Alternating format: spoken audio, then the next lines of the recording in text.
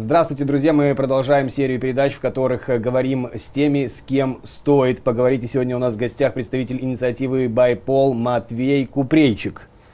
Все верно, не ошибся нигде. Представитель Нет. Матвей Купрейчик. Все верно. Добрый день. Здравствуйте, Матвей. Давайте, наверное, начнем по порядку. Сразу обозначу, что это не столько интервью, сколько разговор меня, как человека, который в этом ничего не поменяет, с вами, как со специалистом по многим вопросам, связанных как минимум с инициативой BayPol. Насколько я знаю, в BayPol это все бывшие сотрудники МВД Беларуси. Ну, немного не так. BayPol — это организация, которая объединяет в себе как бывших представителей силовых структур, таких как МВД, Следственный комитет, прокуратура, так и действующих сотрудников этих структур. Вообще, в данный момент BayPol насчитывает несколько сотен человек. Так, давайте начнем с того, что... А вы, Матвей, вы же не ныне действующий сотрудник? Ну, в августе месяце я покинул службу, в конце августа. Я работал старшим оперуполномоченным Управления наркоконтроля и противодействия торговле людьми ГУВД Мингрусполкома. Работал я в отделе нравов, занимался ловлей педофилов, сутенеров, распространителей детской порнографии. Как-то так. И сейчас мы перейдем к вопросам нынешним, но вот можно немножко про вашу прошлую работу? Просто для интереса. Насколько большая проблема в Беларуси с педофилами и детской порнографией? Ну, такая проблема существует. Однако, раньше я считал, что с ней борются достойные люди. И работа в этом направлении велась, планово, нормально. Я считаю так. Есть вопросы с законодательством, конечно, в нашей стране по теме того же самого груминга, по поводу хранения детской порнографии и так далее. Но это уже вопросы прошлой жизни, я бы так это назвал. А когда у вас началась новая жизнь? Когда закончилось прошлое? Закончилась прошлая жизнь у меня вообще 9 августа. Вообще. Это был тот день, когда я принял решение, что мне тяжело оставаться в структуре, в такой. А вы помните 9 августа, как у вас проходил день, вечер, 10 августа? Ну, вообще, я решил заняться собой в июле месяце. Пошел в тренажерный зал и сорвал спину. И примерно месяц я был на больничном из-за этого. И поэтому в самый разгар событий я не попал. Звучит как случайность. Но это была действительно случайность.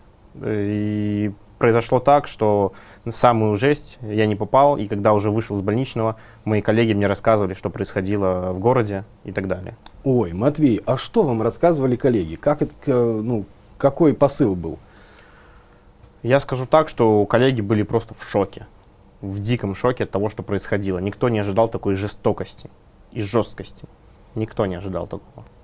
Но ваши коллеги, я так понимаю, что это не те люди, которые с дубинами, автоматами и щитами выходили на улицу. Все-таки да, это немножко другая специфика работы. И да. вот они были в шоке от того, как действуют вот эти лютующие молодчики. Да, именно так. Они были в шоке, они видели эти потоки крови, всего этого. Они сами непосредственно не принимали участие в активных разгонах. Однако они были что-то типа резерва, который нужен был на всякий случай, как у нас часто в милиции это бывает. Вот, подождите, то есть получается, что резерв на всякий случай, в целом это люди, которые были в шоке от действий вот этих, кто был на передовой. Можно и так сказать. А если бы их просто в теории, представьте, вышло еще больше людей, дали отпор, такое достаточно мощное, это мы сейчас фантазируем, силовое какое-то противодействие, подтягивает резерв, и что резерв? А резерв говорит, мы не будем бить и стрелять? Немножко утопично. Я не могу ответить на этот вопрос, потому что я не знаю, что у людей в головах. Однако тогда, когда я разговаривал со своими коллегами, они говорили, что то, что происходит, ненормально. Здорово, что есть те, кто об этом говорят. И вы покинули службу, решили, что больше нет. Я высказывал на всех совещаниях при начальнике, лично в коллективе, всегда был против сложившейся ситуации. Я говорил, что народ обманули, выборы были нечестными, даже самые вечные загоны на досрочное голосование. Запрет на фотографирование бюллетеней, снятые шторки с кабинок для голосования. Это же полный абсурд. Да. И я всегда это открыто говорил. И просто в один день начальник мне сказал, что ты скоро будешь сидеть так же, как эти змагары. Поедешь туда же к ним. То есть ваш начальник все-таки, он считает, что это все змагары, которые... Да, он считает, что это все змагары.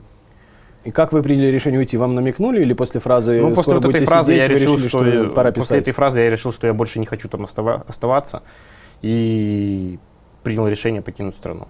А вы официально написали рапорт или Да, покинули его страну? опубликовал в своем инстаграме. Да, я помню, был такой момент, очень, кстати, Да, достаточно много большое сотрудников количество публиковало было. свои рапорта, да. Сейчас вы говорите о том, что в инициативе «Байпол» несколько сотен человек. Именно так. Какой-то процент можно назвать? Давайте с того, что вот каждый раз, когда я говорю «можно», это значит, я очень хочу, чтобы вы что-то назвали, но я говорю «можно ли», потому что не понимаю, насколько вы можете распространять информацию внутреннюю. Какой процент сотрудников на данный момент работает в МВД Беларуси? Не сотрудников, а членов «Байпол» на данный момент еще исполняет свои обязанности там, внутри страны. Таким прям процентом я не могу сказать, потому что мы просто этого не считали даже и не думали.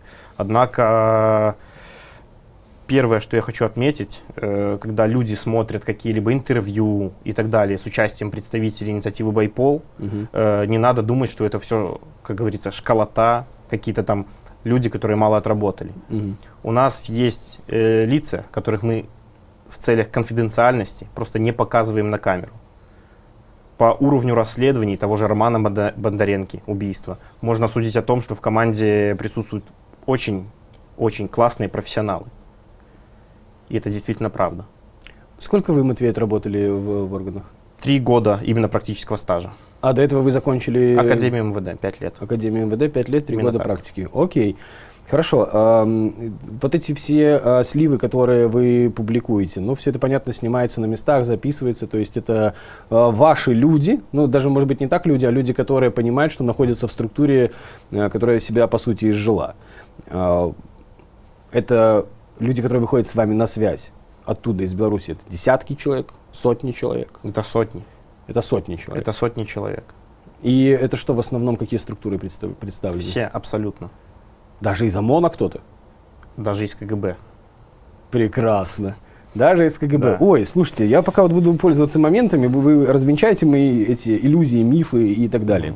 Совсем недавно появилась какая-то информация, кто-то из тех, кого мы видим в телевизоре под погонами, сказал о том, что есть какой-то невероятный отдел КГБ, который занимается суперсекретный, и про него министр МВД узнает только вступая в должность. Это, короче, какие-то... Нет, это мы публиковали эту информацию. Вы публиковали? Да, 9-й отдел ГРУ, Вот. Главного разведывательного управления. Да, есть такие подразделения. Можно сказать, что такие подразделения есть во всех странах мира. Однако цели и задачи, на которые направлены сотрудники, сотрудники, да. цели и задачи, на которые направлены действия этих сотрудников, они во всех странах различаются. И в Беларуси это что? Конкретных задач, естественно, мы не можем знать. Ну да. Но это потому что что такое... они, естественно, засекречены. Однако мы обладаем списком лиц, которые которые работают в этом подразделении, можно так сказать, служат. Ну, здорово, потому что там говорилось о том, что это какие-то невероятные спецотряды, которые забрасываются в Литву и Польшу для того, чтобы устранять прям физически политических оппонентов. Ну, как мы видим, например, по убийству Павла Шеремета. Ну, вот, хорошо. Это еще один вопрос был. Это был человек, которого боялся лично Лукашенко. Хорошо. Скажите, пожалуйста, вопрос еще такой у нас в комментариях там где-то выскакивало такое. Количество сливов, которые вы публикуете, и то, которое у вас есть на руках, оно одинаково, либо вы что-то придерживаете? Естественно, мы что-то придерживаем, однако информация к нам поступает ежедневно, в очень больших объемах. Мы даже изначально даже не предполагали, что такое большое количество людей готово к нам обращаться. Сейчас ситуация обстоит таким образом, что система жрет сама себя. Есть ли какие-то репрессии внутри системы? Потому что тоже об этом говорилось в соцсетях, что те сотрудники, которые не проявляют там невероятную лояльность, они подвергаются репрессиям, их шантажируют, угрожают. Такое есть и повсеместно. Мы также в своем телеграм-канале давали информацию о том, что около 700 сотрудников Центрального аппарата МВД и Следственного комитета оставили свои подписи за выдвижение в кандидаты Виктора Бабарика. И их сейчас всех... Сейчас происходят чистки, так называемые. Раньше, например, было достаточно просто там сказать, попросить прощения извиниться и сказать, что извините, я больше так Без не буду. попутал, да? Без попутал. И оставляли человека на работе, он дальше работал. Но сейчас мы не знаем, чей это конкретно приказ. Может быть, лично Лукашенко, может быть, там одного из министров. Установка такая, что от этих людей необходимо избавиться. Буквально на днях мы давали информацию о том, что в Комитете государственной безопасности начинают ветеранов снимать именно с учета поликлиники КГБ. То есть их переводят на обычную, как обычного там военного и так далее, Подождите, при военкоматах. это потому что они увидели, что вот эти ветераны Против системы. против системы и даже Именно лишают их медпомощи, той специализированной, которая Да. им положена, да? Да. Классно. То есть, по сути же, режим просто... Но вот когда такое слышишь, я так ехидничаю немного, потому что, когда слушаешь вас, действительно кажется, что все рассыпается и разваливается. Хотя картинка, которую выдают госпропаганда СМИ, она радикально иная, что мы там стабильны, крепки, там красавцы. Вот этот человек с автоматом, который заявлял недавно 2 дня в ВНС шел, там же были эти заявления про то, что Ну, это я готов цирковое защищать. выступление Там, какое-то. да. Ну, это было похоже на цирк. Вот, кстати, выступал там Тертель, по-моему, фамилия, да, это есть такой. главный по КГБ человек. Так, именно так. И он сказал о том, что есть информация о каких-то готовящихся терактах. У вас, может быть, вам сливали сотрудники из КГБ, действительно ли готовятся какие-то теракты? Ну, естественно, говорилось, что это все западники, это все вот Это эти, все кто против польские кукловоды там, да. и так далее. У них эти мысли витают уже очень долгое время. Хотя ни одного действительно толкового подтверждения подготовки таких действий мы ни разу не увидели. Ни разу. Мы знаем конкретную информацию, например, о готовящихся провокациях во время будущих маршей протестов. Вот. Да. А И в это уже ближайшее можно вре- озвучивать? В ближайшее время мы будем публиковать эту информацию. Провокация во время марша и протеста. Давайте Именно вы просто так. будете кивать. Просто в толпе будут эти люди, которые первые начнут драться с ОМОНом, чтобы развязать им руки. Может быть, даже начнут бросать взрывпакеты и стрелять, да? Как интересно. Это все выглядит немножко, вот когда это, вот еще раз повторю, вот я когда говорю, может быть, как-то так голос звучит, знаете, типа издевательски, что ли, потому что это, наверное, скорее вот эта издевка над режимом, потому что каждое заявление о том, что мы знаем, что готовится теракт, возникает только одна мысль. Я вот когда смотрел, и мы вели стримы всех маршей воскресных там всю осень, каждый раз, когда ты выходишь в стрим, вот я всегда боялся, что в это воскресенье мне, может быть, придется в прямом эфире рассказывать о том, что произошел в толпе взрыв. Ну, то есть, потому что ты понимаешь, что вряд ли люди, выходящие на протест без оружия, понесут с собой что-то. Скорее всего, это будет просто какая-то адская провокация или акты запугивания. Скажите, пожалуйста, Матвей, а вам поступали ли лично вам какие-то угрозы после того, как вы покинули страну, когда вы себя, скажем так, показали, что вот он я, Матвей, вот я так выгляжу, вы на Белсате появлялись где-то в эфирах. Как вы, вам поступают угрозы, вас шантажируют, может быть, вашим родственникам в Беларуси? Ни разу мне не угрожали. Единственное, что я получил, это бешеную, колоссальную поддержку и благодарность людей за работу Байпол и за честность. Потому что мы показываем честно, мы проводим свое расследование честно, приводим конкретные доказательства, которые сотрудники, находящиеся в Беларуси, если начнут проверять, то есть они получат ту же самую информацию. Потому что мы не даем никаких фейков. Мы держим свою репутацию. И именно за счет этого к нам обращаются все больше и больше сотрудников изнутри системы. Какова вероятность того, что в какой-то критический момент, ну, скажем, представители МВД, потому что вы же общаетесь не только со следователями, оперуполномоченными. Я так полагаю, что вот, ну, абсолютно, вы же сказали, все разные структуры, то есть есть рядовые, есть вот те, которые с дубинами стоят впереди там, и при этом пытаются не бить людей, чтобы не заморать себя. Вот, ну, даже не какова вероятность, а что должно произойти, чтобы случилось то, о чем все так мечтают, чтобы милиция была, наконец, с народом? Ну, я скажу честно, что иллюзий питать не надо по этому вопросу. Однако я уверен, что сотрудники здравомыслящие, естественно, в всей структуре до сих пор есть. Многих удерживают большие там кредиты, какие-либо там на жилье и так далее, семья, дети. Те же самые контрактные выплаты, те же самые выплаты за обучение в академии МВД и так далее. Это очень большие суммы денег, и это удерживает. Также многих людей удерживает в системе то, что им необходимо отработать стаж трудовой, так называемый, там, страховой стаж, и также досидеть до той же самой пенсии, до 20-летней выслуги. Очень многие сотрудники, у которых, например, через год заветная двадцатка, как ее все называют. И все ждут положить заявление на стол. Да, и все ждут двадцатки и говорят, я после двадцатки никаких контрактов продлевать не буду. Таких сотрудников очень много. Многие сотрудники просто ждут окончания контракта, потому что уволиться из силовых структур просто так, вот как в обычной организации, по соглашению сторон невозможно. Ну, вам же это удалось как-то? Я уволился, мне отказали в увольнении, и, получается, меня уволили за прогул. Вы прогульщик, оказывается. Да, оказывается, я еще и прогульщик. Вы еще и прогульщик. За прогул. А вам нужно будет возмещать что-то за обучение в академии? Вот это все? Мне выставили сумму в около 19 тысяч белорусских рублей. Нормальная такая сумма. Да, и поэтому... Я понял, как это работает. Теперь, да, это понятно, об этом говорится очень много, но это же к тому, что почему, например, там не получаются забастовки, потому что все держатся за работу, все боятся потерять работу. Я сейчас говорю не только про МВД и силовые структуры, но в целом это так по Беларуси. Мы тут как раз с вами общаемся вот после ВНС, буквально несколько часов после этого прошло, и очень много было призывов в телеграм-каналах, говорили о том, что давайте выходите, нужно показать большой марш, показать, что в центре столицы очень много людей, что мы все против. Эти марши не случились, кто-то говорит, что это отчасти из-за того, что небезызвестный Игорь Макар сказал, что не стоит выходить, потому что сейчас там невероятно подготовленные все сотрудники, все подготовленные, они готовы там стрелять, убивать, будет жесть.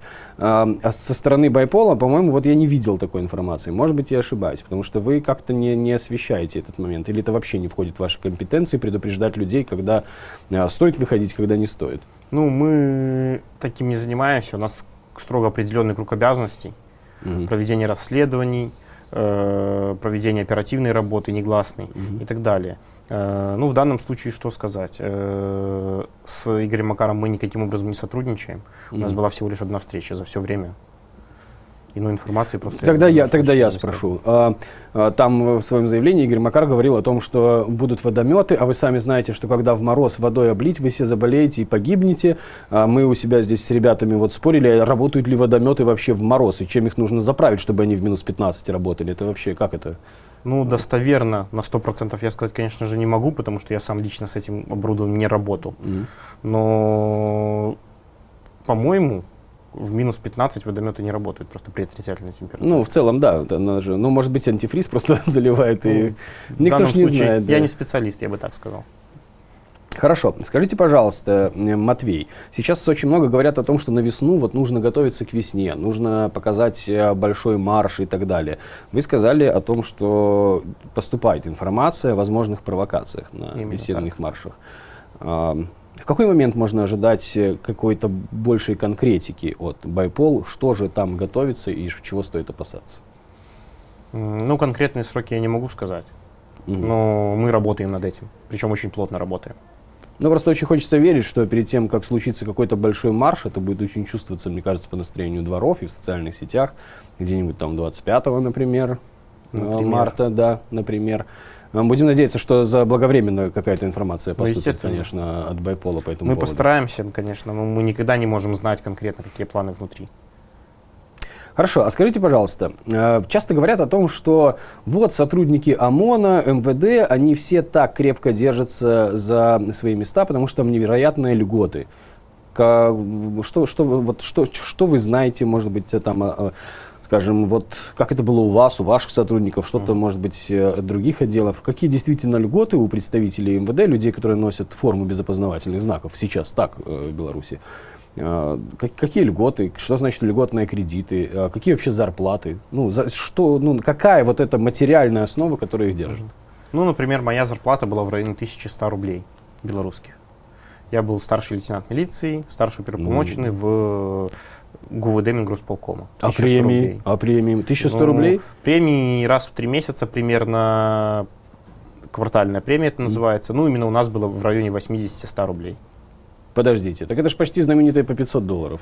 Ну, примерно так А и почему выходит. говорят, что баснословные суммы какие-то невероятные? Ну, также есть же различные подразделения. Например, недавно в статье онлайнера наш представитель также инициативы Байпол Игорь Лобан приводил примеры такие, как расчетные листы сотрудников уголовного розыска Минских районов.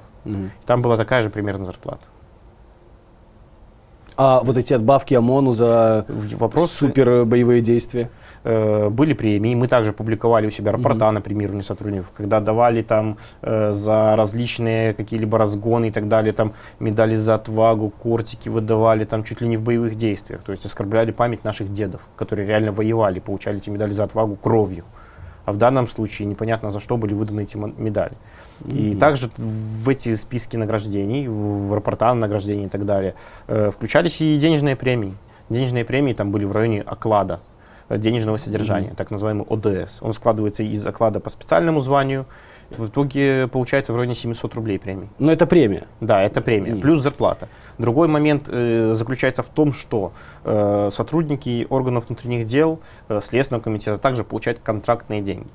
Когда у сотрудника подходит контракт, с ним могут заключить контракт на 3 срока, можно так это назвать. Первый срок это на год, за это ты не получаешь никаких денежных бонусов и так далее. Второй срок это 3 года, за контракт на 3 года ты можешь получить, если я не ошибаюсь, там в районе 3000 белорусских рублей. И за продление контракта на 5 лет ты получаешь в районе около 6000 рублей. В зависимости от звания, в зависимости от должности. То есть все зависит от того, как надолго ты подписываешь себе вот Да. этот рабский контракт, потому что контрактная Именно система так. в Беларуси, она же именно такая, что Именно так. это как это на белорусском запрыгивание селян, вот это примерно та же схема. Да, и в данном случае получается, что на летний период чаще всего приходится как раз-таки конец контракта, который продлевается. И поэтому так случается, что денежные средства, которые были за продление контрактов, там, за иные материальные там, надбавки, они приходят как раз примерно где-то в августе. Мой, например, контракт заканчивался бы 21 либо 22 июля 2023 года. То есть, если бы я продлевал уже в то время контракт свой, то примерно денежные выплаты я бы получил в августе месяце за продление контракта. Ясно. То есть, поэтому такие суммы и получились. То Когда есть, там сестра ясно. маминой подруги рассказывала про бешеные элементы, которые она получила от мужа ОМОНовца и так далее, вот это все из Это этой потому оперы. что вот... Именно так.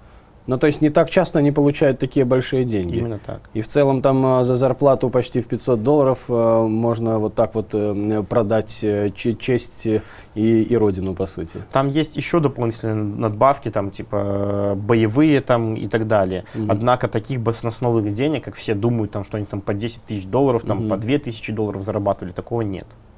Ваша инициатива, вы же, ну, кроме того, что занимаетесь расследованиями, вы себе немножко представляете вот этот момент перехода, ухода Лукашенко, какой-то вот момент перехода власти, что дальше, что ждет дальше вообще структуры МВД, и возможно ли действительно вычислить тех, кто причастен к убийствам, кто разбивал головы, калечил, насиловал, или, ну, это немножко из области фантастики, и вот вы знаете, что там было такое-то подразделение, значит, вот, ну, типа, они все виноваты.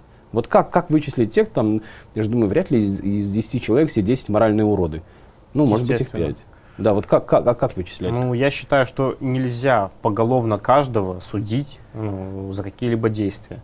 В данном случае при проведении нормального следственных действий, при допросе, например, когда вы вычисляете, что в определенной точке работал, например, работал ОМОН с номерной нашивкой, которую, например, 711. То есть мы знаем, что это семерка, это код города Минска, что единица это первая рота, и единица это первый взвод.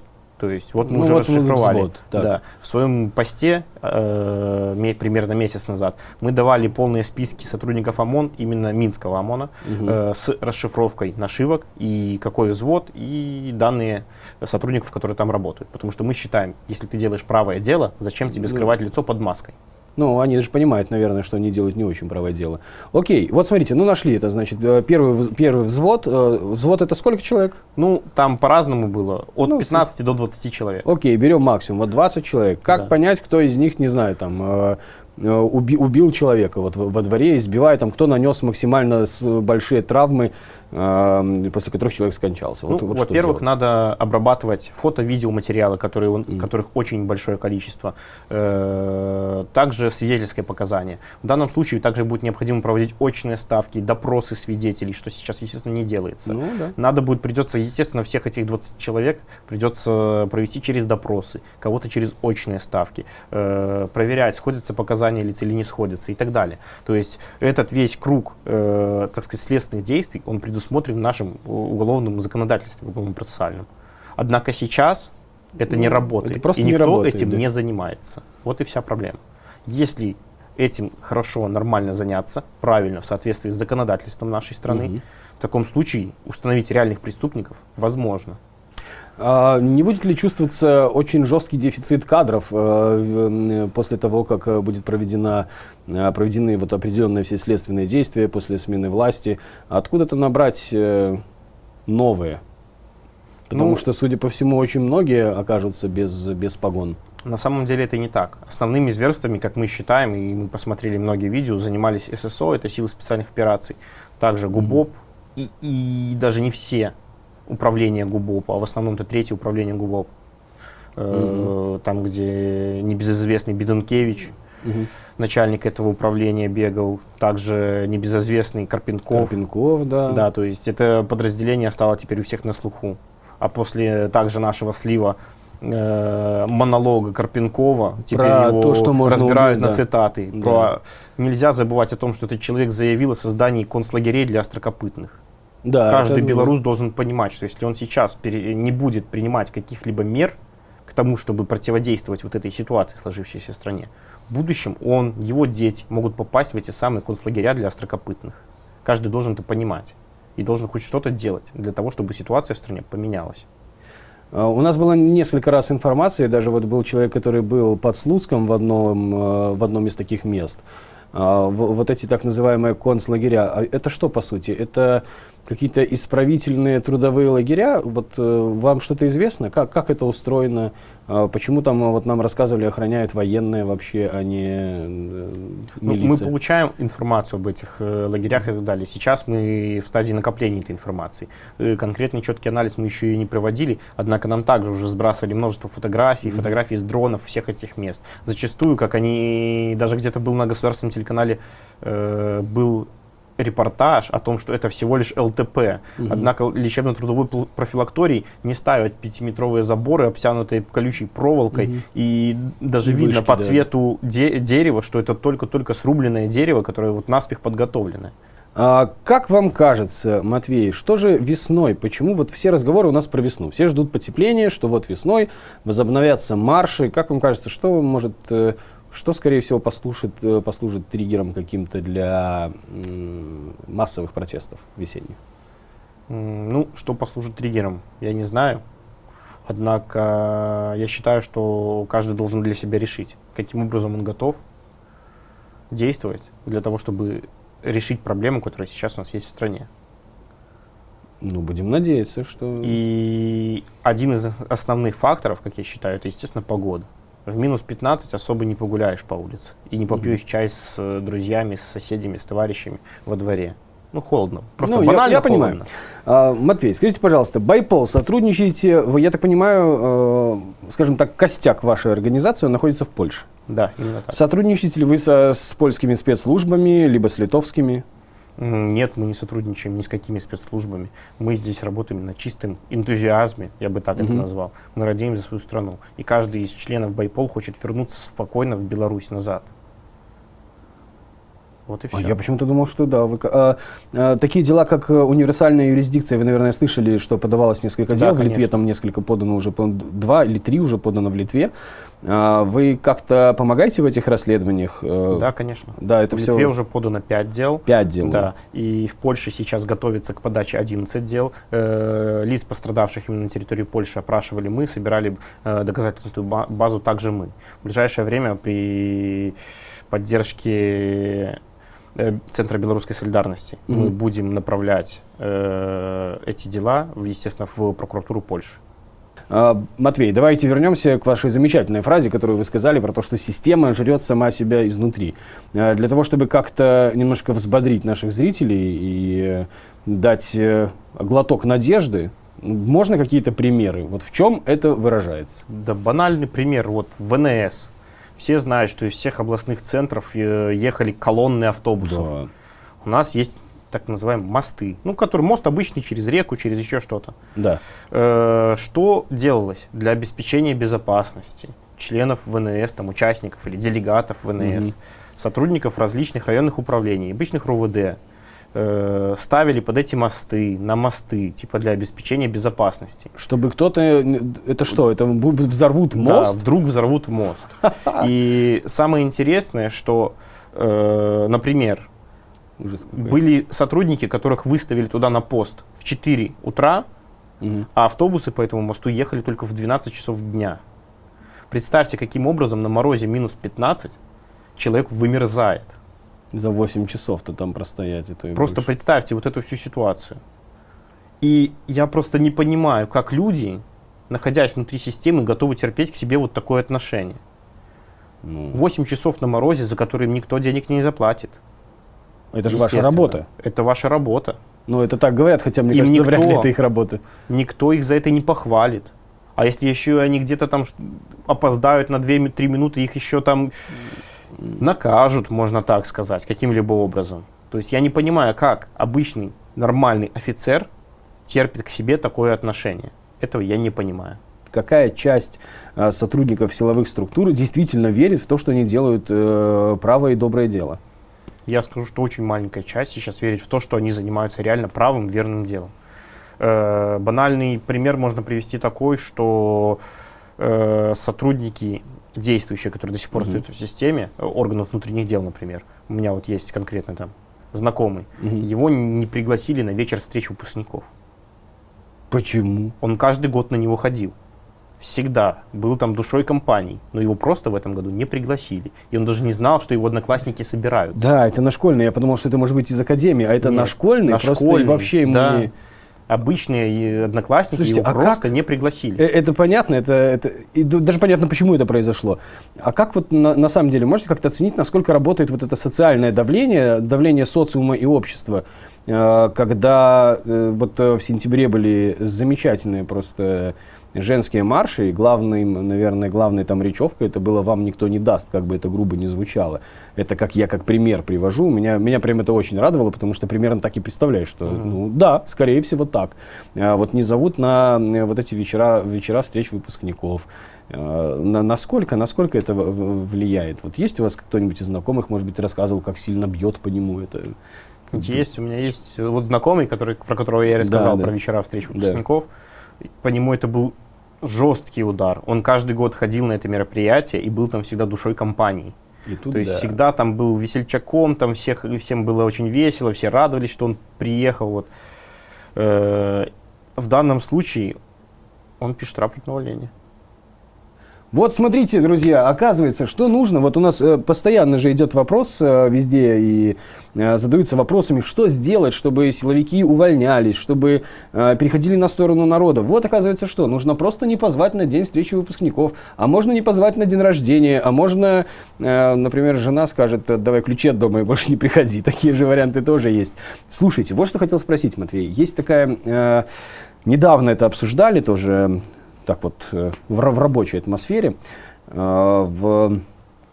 вот эти акты запугивания, когда повесили из Молодечно, забыл я сейчас имя, повесили парня из Молодечно, фаната футбольного, которого нашли повешенным, ну, типа повесился сам, при этом весь избит. Вот это был такой акт запугивания для футбольных фанатов, потому что они, несмотря на то, что их мало, и они там были уничтожены за многие годы, это движение, они себя проявили на улице. Не так давно начала поступать информация о том, что бывшие сотрудников ОМОНа находят повешенными. 2, по-моему, или вот одного точно, кто-то второй тоже из МВД, бывший сотрудник. Вот это что? Это действительно морально не выдержал человек, когда уволился, либо это какой-то акт запугивания. Смотрите, если уволитесь, это ждет вас. Как-то в Байпол вы это обсуждали, может быть, знаете. Если честно, я такой даже не слышал информации. Один из бывших сотрудников, да, это недели 3 назад, по-моему, очень педалировалась эта тема в социальных сетях. Может быть, конечно, фейк, но вы не слышали. Как вообще бороться с угрозами? Что, я вас уже спрашивал вначале, но вот очень интересно узнать, опять же, там, может быть, кто-то из ваших знакомых, из тех, кто с вами сотрудничает. Для тех, кто уже уволился, ушел, сейчас не состоит в МВД, написал рапорт, не продлил себе контракт, как у них дела? Чувствуют ли они давление, угрозы и так далее? Ну, у меня есть минимум 5 примеров, когда мои очень хорошие друзья и товарищи покинули систему. И один из них мне вот в приватной такой беседе признался, говорит, как только я поставил подпись на рапорте, просто, говорит, груз упал с моих плеч. Вот об этом можно говорить, я не знаю, это очень, очень большой показатель того, как сильно давлеет нынешняя ситуация на сотрудников. Многие сотрудники не поддерживают действия нелегитимной власти. Очень многие сотрудники, но они просто скованы какими-либо обязательствами. И многие сотрудники, даже больший процент, просто не применял никакой физической силы там, к народу. Однако они все равно находятся в системе, и они носят погоны. И в связи с этим просто то, что у них какие-то звездочки на плечах, это их уже тяготеет. Хотя они, грубо говоря, никаких преступлений не совершали. Что должно произойти, чтобы вернулось доверие к органам МВД и силовым структурам в Беларуси, которые все-таки призваны защищать белорусов? Потому что сейчас в обществе в целом это ненависть к этим структурам. Ну, я считаю, что офицерский мундир запачкан кровью с ног до головы. На нем нет места, где поставить какое-либо клеймо. И этому вся вина Лукашенко. И только его приказом. В данном случае мы еще не прорабатывали вопросы, каким образом надо будет восстанавливать имидж милиции. Однако место честным сотрудникам всегда есть в Новой Беларуси. Будут проведены, естественно, какие-то люстрации, это понятно. Однако все должно происходить строго в рамках закона. Сейчас нужно сказать, и мы дадим в описании все ссылки. Если вы еще не подписаны, присоединяйтесь, подписывайтесь на Байпол, следите за ними, потому что там большие профессионалы своего дела делают профессиональную работу, и нет там места каким-то невероятным, ну скажем так, желтым сливом. Только проверенная информация и проверенная много-много раз. Матвей, быстренько еще есть пару вопросов, и мы вас отпустим. Очень сейчас сильно все переживают по поводу заявлений и на ВНС, и до этого, и часто говорилось о том, что у нас очень много, во всяком случае, высших чинов в силовых структурах. Это люди, которые где-то когда-то, даже не белорусы, а где-то там из России когда-то приехали, причем из России из очень разных мест. И насколько сильно белорусские спецслужбы пронизаны или связаны с российскими спецслужбами? Это вопрос к тому, что, как вы думаете, возможно ли сдача Беларуси России там под любым предлогом? И что будут делать представители МВД, когда страну просто сдадут? Неважно, подписав очередную дорожную карту какую-нибудь, которую нам подсунут, или согласившись на несколько десятков миллиардов долларов в обмен на независимость. Ну, если брать структуру МВД, в которой я лично работал, то взаимодействие между структурами оно есть, но не на таком высоком уровне, как бы там хотелось или как бы казалось. Раньше запросы, там, которые направлялись в Российскую Федерацию для оказания международной правовой помощи, они могли обрабатываться по полгода, то и больше. То есть никакой там не было, что вот братья белорусы что-то прислали, надо им срочно помочь. Такого никогда не было. Однако, да, я обладаю некоторой информацией о том, что КГБ и ФСБ, довольно тесно сотрудничают. Однако на каком уровне и как часто это происходит, я уже сказать не могу. Ну, сотрудничают. Это понятно. Было бы странно, если бы не сотрудничали, учитывая то количество белорусов, которых сейчас задерживают в Российской Федерации и собираются экстрадировать на родину, чтобы там наши... самый честный и гуманный суд в мире осудил их. Как вы считаете, вы наблюдали за протестами в России после возвращения Навального? Там 2 недели, по воскресеньям были марши. Да, я наблюдал, не сказать, чтобы пристально, но наблюдал.